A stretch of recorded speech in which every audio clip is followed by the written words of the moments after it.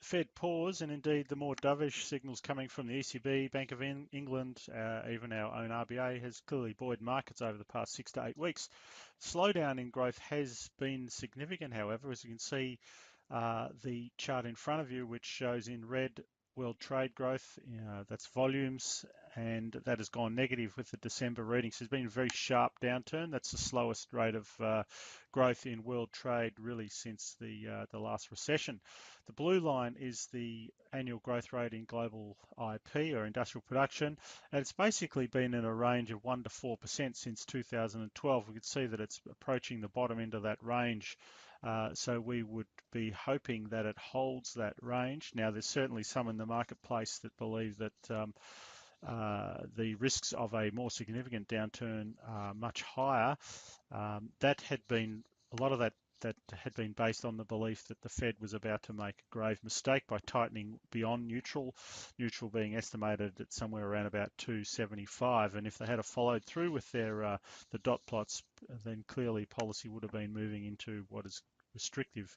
So now stepping back from the precipice, markets are now running on the basis that either recession likelihood has been reduced or that it's been pushed out further down the track. So this gets us into a discussion in this video of late cycles. So once again, we've touched on this before, and can this late cycle, as we would argue we are actually in the case of the US, can it be sustained for longer? So let's look at some of the previous late cycle phases and how we're defining cycle phases just using the unemployment rate relative to NAIRU. Of course, NAIRU is an estimate only.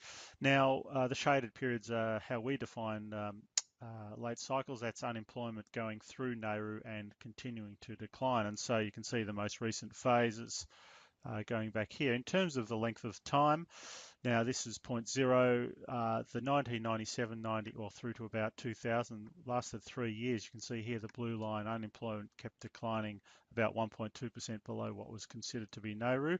This is where we sit in the current cycle phase. We're about 21 months in the 05 and 87 late cycles. They had ended by about the 17, 18 month mark. So I've already passed that, but could we expect to see a late cycle last as long as perhaps 3 years or even longer? It would be unusual, although as we said, it's happened in 97, 98, and the previous time to that was in the 1960s, where it lasted about 6 years, 5 to 6 years. So what might that actually mean for markets? So if you look at how markets performed in these late cycle phases, generally they've been positive. You can see the 97 through to 2000 cycle, obviously markets continue to rally quite strongly to very expensive levels. What is also interesting is that during that cycle, this is the blue line, that it did have quite a large setback around the 15-month mark. We'll talk about that and what the implications of that were for perhaps extending the late cycle phase. We've had a similar sort of event here, somewhat later, a downturn in markets with some sort of recovery. So we're going to investigate that 98 cycle or 97 to 2000 cycle to try and understand why it was so long. So when we look at the behaviour of the Fed during those late cycle phases, you see obviously in the late 80s tightening during that late cycle phase here as well. We had a tightening after the sort of mid-cycle slowdown of 95, 96, modest tightening, and then an easing halfway through what was considered to be late cycle, and then followed up with more significant tightening towards the end of that late cycle. Similar situations here. What about policy relative to neutral? Well, again, there's zero, so above zero meaning policy is restrictive. Fed funds restrictive, so moves restrictive in the late 80s late cycle. Had already moved to a restrictive setting, only to be subsequently cut back to a more stimulatory or accommodative stance, and then subsequently retightened. And likewise here, moving above neutral. And where we sit at the moment, arguably, depending on what your estimate of neutral is, we still seem to be some way below neutral, or a little bit below neutral at the current phase. So what else was happening during that allowed that 98 cycle to be extended? So clearly the Fed eased halfway through, so that was caused by the LTCM Russian default crisis, financial stability risks. The Fed responded with 75 basis points of emergency easing.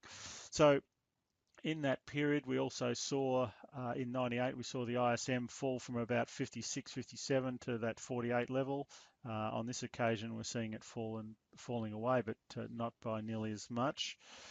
Interestingly, if you look at unit labour costs, which we will get here, unit labour costs here you can see the numbers on the right hand side. So back in the late 80s, unit labour costs were around about 2.5%, 3%. They had also risen quite sharply up to around about 3%, subsequently fell away, so that once again we had the slowdown midway through the late cycle emergency easing, and then unit labour costs took off again.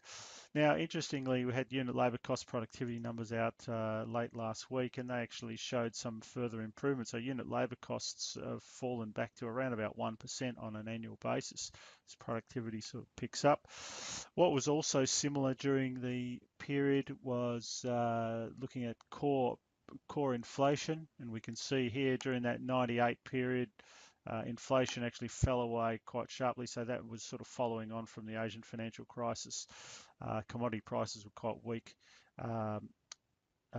Core PCE price index falling below 1.5%. We're slightly higher on this occasion, but certainly inflation was not a problem. So I guess where all this is leading is one of the reasons why the late cycle of the 98 through to 2000 was long, was that it had a slowdown caused by financial stability risks and emergency Fed easing, but the activity indicators, certainly inflation indicators, allowed it to last a longer time. Now, probably an understated factor, of course, was productivity. So if we just have a look at what happened to productivity, this is output per hour in the non-farm business sector in the US, and you can see in the late 90s, productivity shot up from around about 1.5% to an extraordinary 3.5–4% level. We're nowhere near that, although once again should note that we saw a bit of a pickup in the most recent quarter or two. So just to put it into perspective, we think this productivity story is a significant one, very hard to measure, slow-moving indicator. What we're showing here is these are previous late cycle phases, and these are the annualized productivity growth rates during each of those previous late cycle phases. So this is where we're at now. During this, our definition of late cycle productivity is average about 1.5%, so not bad. It's starting to pick up. On those shorter late cycle phases that we talked about, the 05 to 08, the late 80s, productivity was in the low ones.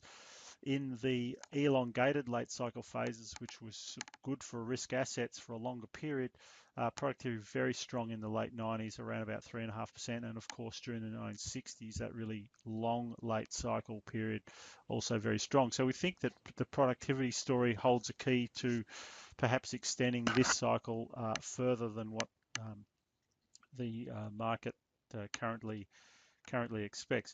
Just want to finish off with just a quick look at the Fed's probability of recession model. Now, this is essentially this is the New York Fed. It's basically a yield curve model. As we can see in that 97, 98 late cycle phase, just prior to that, because this indicator would lead actual activity by about 12 to 18 months. So you can see in sort of 96, it had spiked up to around about 20% likelihood of recession, and that was very much a function of the yield curve flattening out quite considerably, but then it fell back down to the sort of high single digits. So the current situation, that model, which is, as I said, a yield curve based model, is suggesting a relatively similar and growing probability of recession. But as we saw here, and we'll have a look at the yield curve during that period, the yield curve during 97 through to 2000 did indeed get very flat at around about 20 basis points, got to basically zero, steepened up again after the emergency Fed tightening and then the easing, I should say, and then the response from growth activity indicators, only to be subsequently tightened once again once growth took off once again. So basically the yield curve remained in that flat state for quite some time before really going inverse in the very latter stages of that cycle. So there is, of course, a prospect with the Fed stepping back. If we do get a bit of a pickup in growth from here, the Fed, as I said, the Fed stepping back, inflation remaining muted, that there is at least a reasonable probability that this yield curve could stay at these sorts of lower levels, and extending the late cycle. Thank you.